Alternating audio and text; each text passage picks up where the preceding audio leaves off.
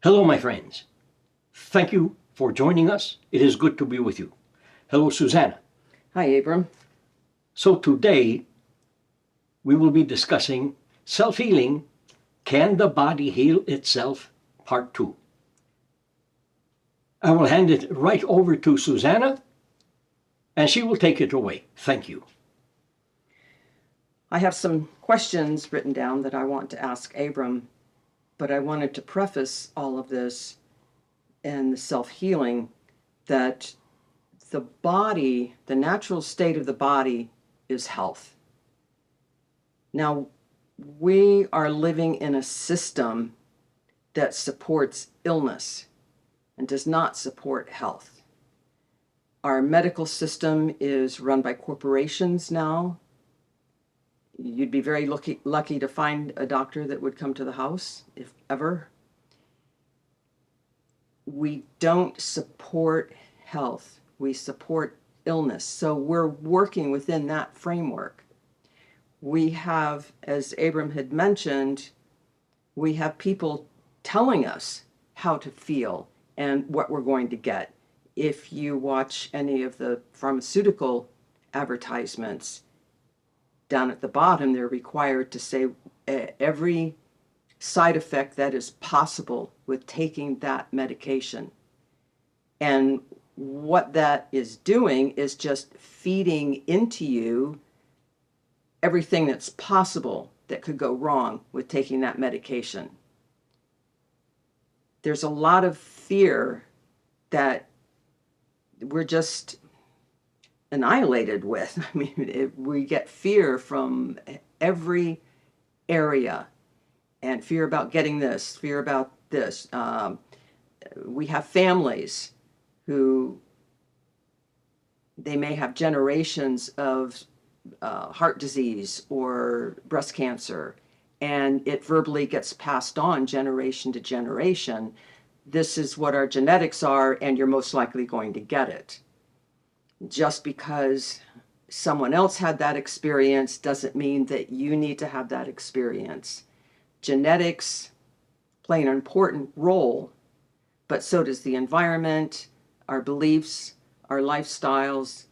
We don't have to follow generations of an illness. I think that would be a good break to have you jump in. Thank you, my friend.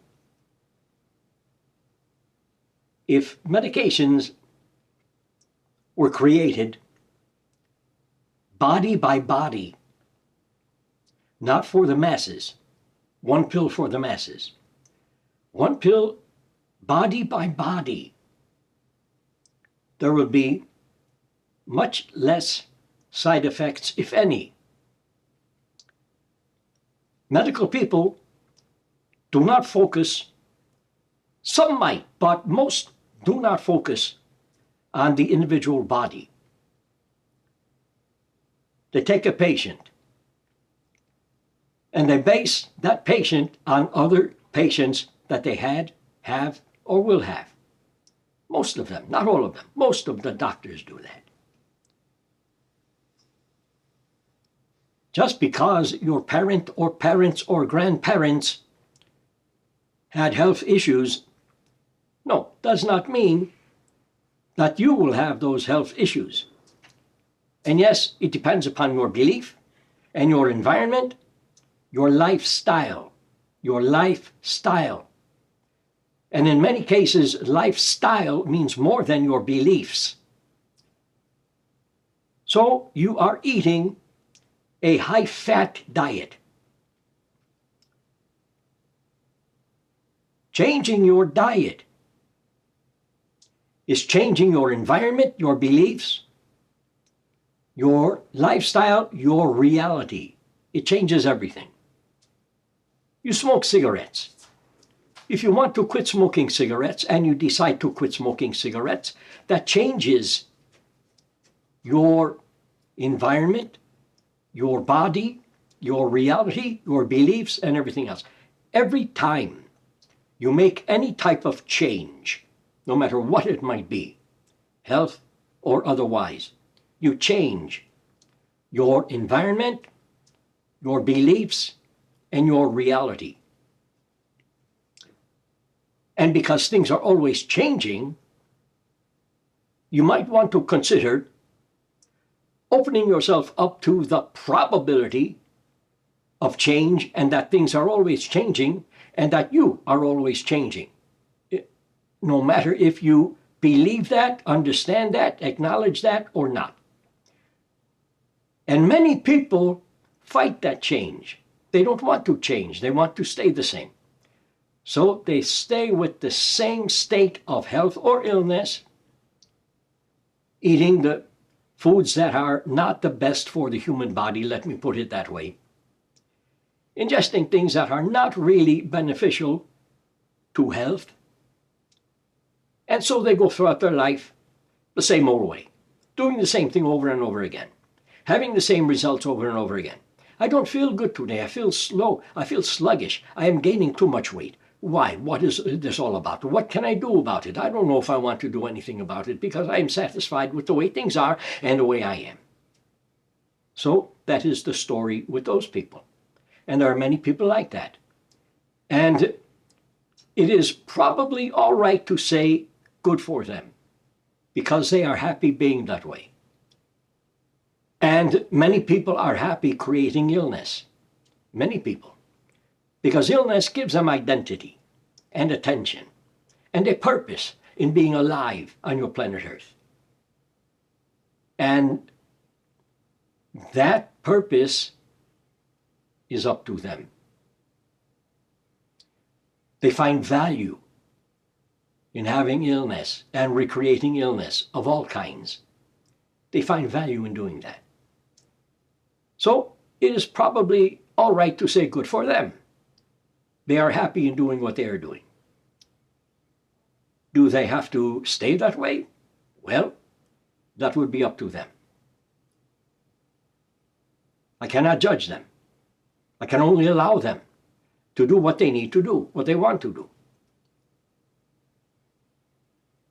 If you eat the right foods, have the right thoughts, and I know there is no right and wrong, and I am not being judgmental by using the word right, but if you do that, you change your beliefs, your body, and your reality. Because every time you change something within yourself, your entire reality will change along with your internal change. Thank you. That brings me to beliefs, because I've known people who have eaten what we consider to be a not very healthy diet. They've smoked cigarettes for 60, 70 years and not be affected by it at all. So beliefs are pretty strong. So if you have a belief, a person has a belief that it doesn't matter what they eat, they're going to be healthy anyway, they're going to live a long time, they have a belief that they're going to live a long time, so it doesn't matter what they eat or what they smoke. And our belief in medication and our belief in doctors. So beliefs are pretty strong, right? Beliefs are pretty strong. Yes, absolutely. But what creates a belief? Imagination and practice will create a belief. You imagine something and you begin practicing that something. And eventually that practice forms itself into a probability beginning with a possibility, a probability, and that probability becomes reality or belief. So yes, you can create a belief that you will be healthy for your entire life and eat all of the what you call junk food that you want, the bad diet, high-fat diet and all the rest. You can have that belief that you will be healthy for your entire life, and it will be that way. But remember, all things take practice. All things. Living takes practice, and dying takes practice also, and everything in between. Thank you. Now, when someone has a severe illness, maybe a terminal illness, and they go about wanting to live and wanting to heal and cure themselves of this illness, there's a big difference between having an outlook not only mentally, emotionally, and spiritually that that person wants to be healthy, as opposed to fighting and winning against the illness. What do you have to say about that? When many people have an illness, let us take cancer as the example, known to be a very bad illness. People like to fight. People are fighters. And in many ways, this is a good thing. In some ways, not such a good thing. Because when you fight something, that something just might fight you back. People fight their cancer. And some of them win. Some of them win. Most do not. Cancer is a living situation in the body. When you fight something, it fights you back. It has a will of its own. Now, if someone has cancer, as an example only, and they accept that fact, and they treat their body gently and don't fight, whether or not they take the medications for the cancer, that can allow their body to begin healing itself of the cancer. You are faced with a certain situation, no matter what it might be. You can fight the situation and nothing changes, or you can accept and allow the situation and everything will change, because you are letting the situation do what it needs to do. Cancer does not need to kill the body. It does not need to do that. It wants to live like everything and everyone else. It wants to live. But fighting it will make it live harder, live more, stronger. Accepting and allowing it to a degree. Now, I am not saying, well, I have cancer, I will let the cancer do what it wants to do. All right, if it wants to eat my body alive, it will eat my body, and I am good with it. I am not talking that way. I am not saying that. When you accept and allow something, the cancer, you are allowing your body's healing mechanism to begin working. And you will have relief of the cancer 90% of the time. Now, there are those people before they were born who created a design for their life, and maybe they had a need to experience dying from cancer or some other illness. And they will create that in their lifetime, and they will die from it. You can do that too. You can create a design. You can also create a design that states, should I get a terminal illness, my body knows enough, has enough strength, power to heal the illness. You can have that as a design.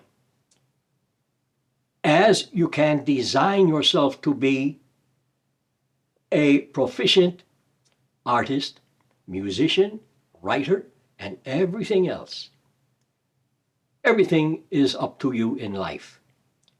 There's nothing that is outside of your power to create. You need to remember that, my friends. Thank you. Is there always a spiritual reason for an illness or injury? Because we are an organism, don't we sometimes just have accidents? There's no great meaning behind it, or we might have some kind of short-term illness. There's no real spiritual meaning behind it, no great meaning behind it, just because we're an organism, and things like that will happen every once in a while. Things like illness do not happen spiritually or because of spiritual awareness or anything having to deal with spiritual state of being. Things happen energetically. Illness begins energetically in the energy body and transforms itself into a physical illness in time. Why this happens is because the emotions are way out of balance. When emotions are out of balance, illness can occur. Does not have to, but it can occur. And once the emotions come into balance again, then the body heals itself and the illness will go away. Thank you. Okay, stress. We all have stress. You all have stress, and stress kills. Yes. Okay. All right. So when you talked about let's just get rid of people that causes stress. And while I totally agree with that, it would be great if we could do that, but we have circumstances where we have family dynamics, we may have some wackadoos in our families, stress, there could be a lot of stress from having a newborn, stress from a job. There's some people, now stress creates adrenaline, which creates all of the, fight, flight, freeze, all of those reactions. But there's some people that are adrenaline junkies, and we know them to be usually in sports, but there are workaholics and people that thrive on stress. Now, we have that. Is there a difference between good stress and bad stress? Absolutely.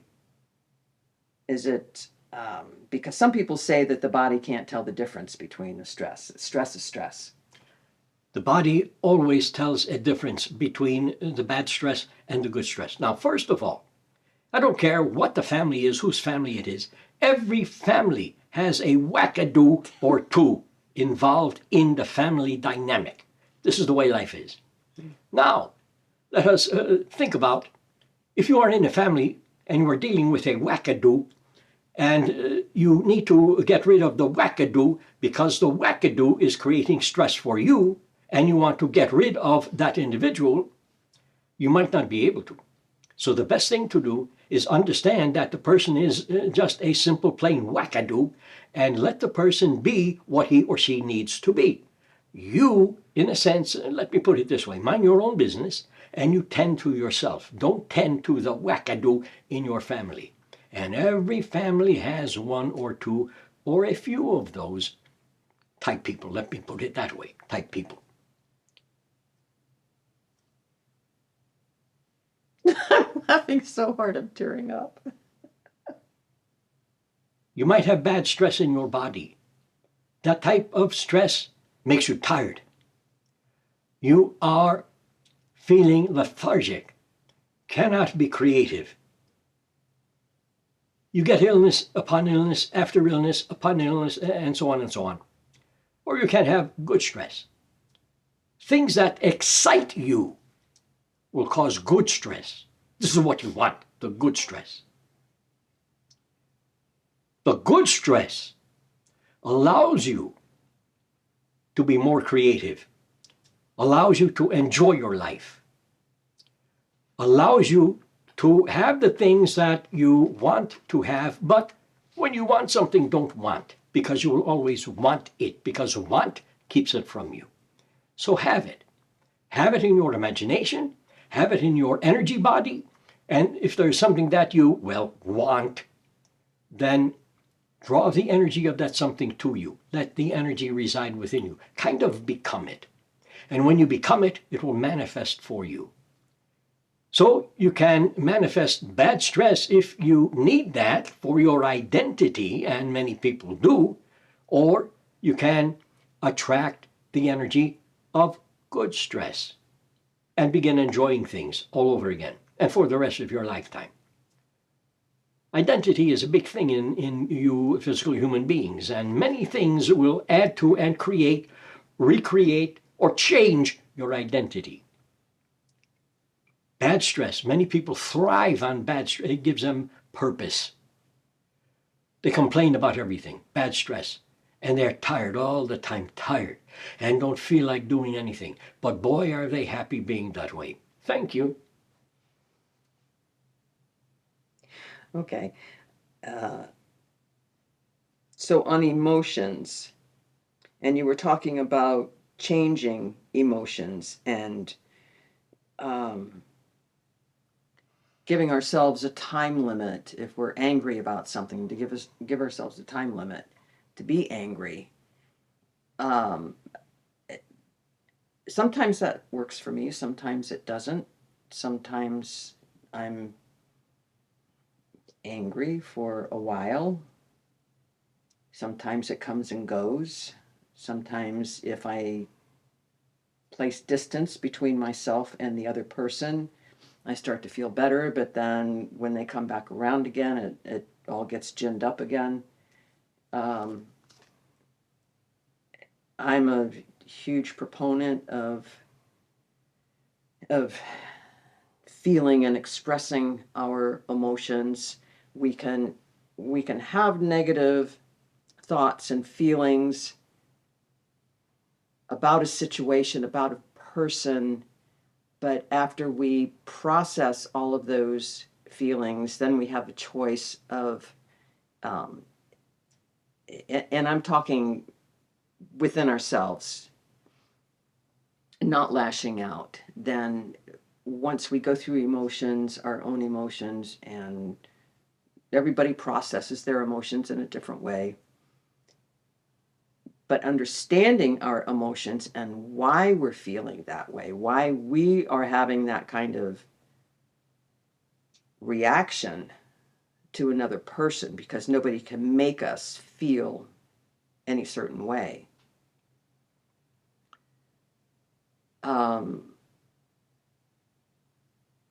Then you can take a higher road, so to speak, and deal with the situation in a mature way. But sometimes my anger, disgust, or at a situation or a person just might flare up for a couple of months. And then once I process everything, then I can change my emotions. That's how I work. Yes, once you process it. Anger is all right. Joy is all right. Love is all right. Sorrow, sadness, they are all right. All of your emotions are all right. And they all need to be expressed as much as they need to be expressed. No matter what the emotion is, giving it a time limit might be a good thing. I'm very angry today. I just ran into a person who called me on the telephone and told me this and that and tried to be better than me, and boy, oh boy, am I mad at that person. I don't like what is happening. I will stay angry for, 3 months. I will show that person. I will be angry. But the person does not know I am angry. So what is the purpose of the anger? It serves you. How does it serve you? That is up to you to figure out. Giving it a time limit is a good thing. I'm very angry at that person. I'm very angry that this happened in this situation. I will limit my anger to 30 minutes or 1 day or 2 weeks, and I will just let it go. Because I know that all of my emotions need to express themselves, and I will let them express themselves, but I will not let them control me. So I will give it a time limit. Now, should you give your emotion, maybe anger, whatever you choose to feel, if you give it a time limit and it does not work, then you have to process why you are feeling that way. If you could just understand that you feel that way, there's nothing really to process. Some people need to process, but there is really nothing to process. If you understand you are feeling that way, I understand I am angry. All right, I'm good with that. And you can just let it go if you want to.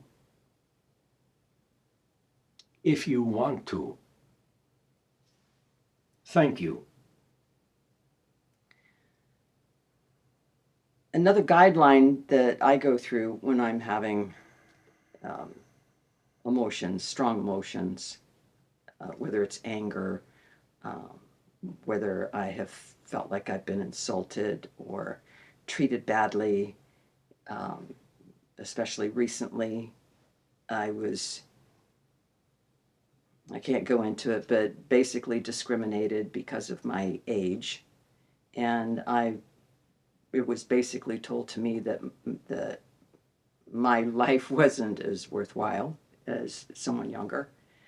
So we have society and society's ideas about us, which really doesn't have anything to do with our own identity. Because if we know who we are, that kind of stuff isn't, it's just a non issue. It's just the way some people think. Um, so something like that, it doesn't bother me. It did for a minute, but then it was over.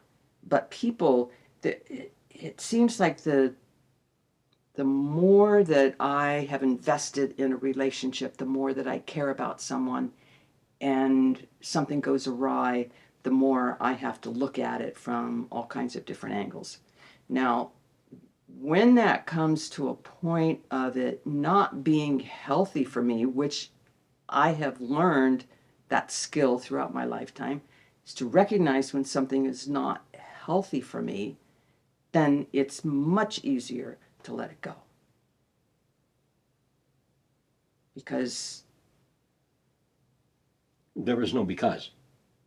yes, Just let it go. As long as you can let it go, that is the point. Letting it go. Younger people need to rethink their ideas of older people. Older people have been around longer than younger people.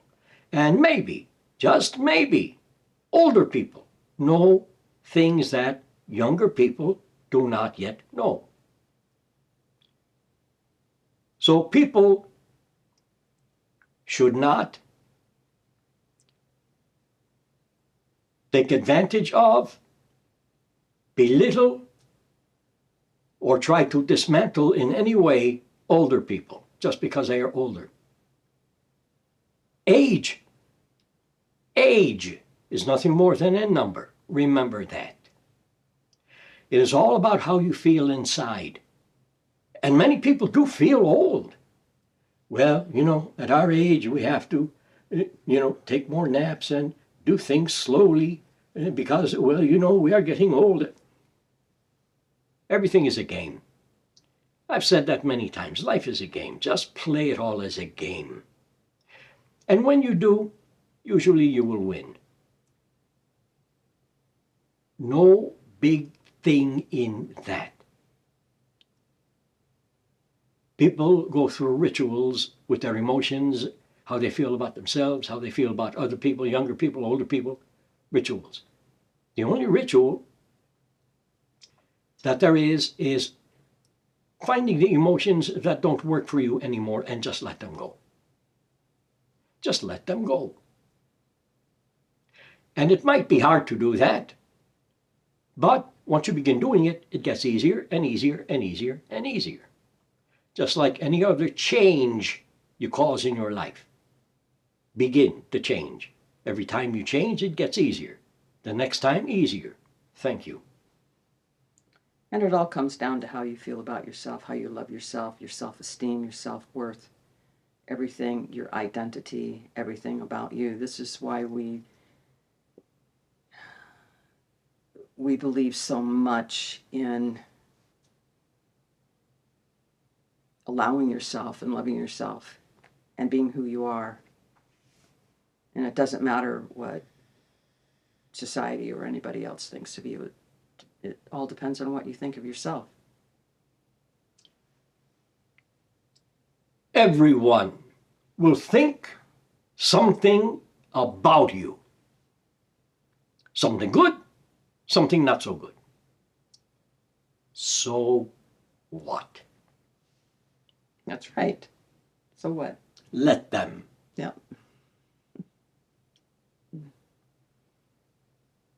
So, do you have anything else, my friend? I do not.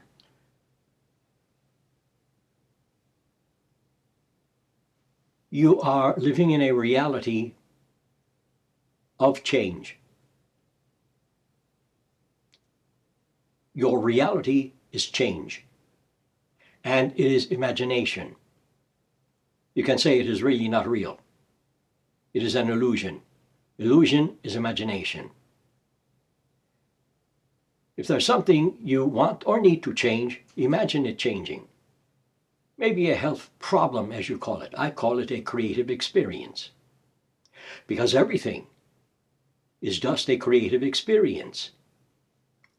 You are a creative experience. Let your emotions express themselves, and then let them go. You will have a nicer day. Well, thank you, my friends.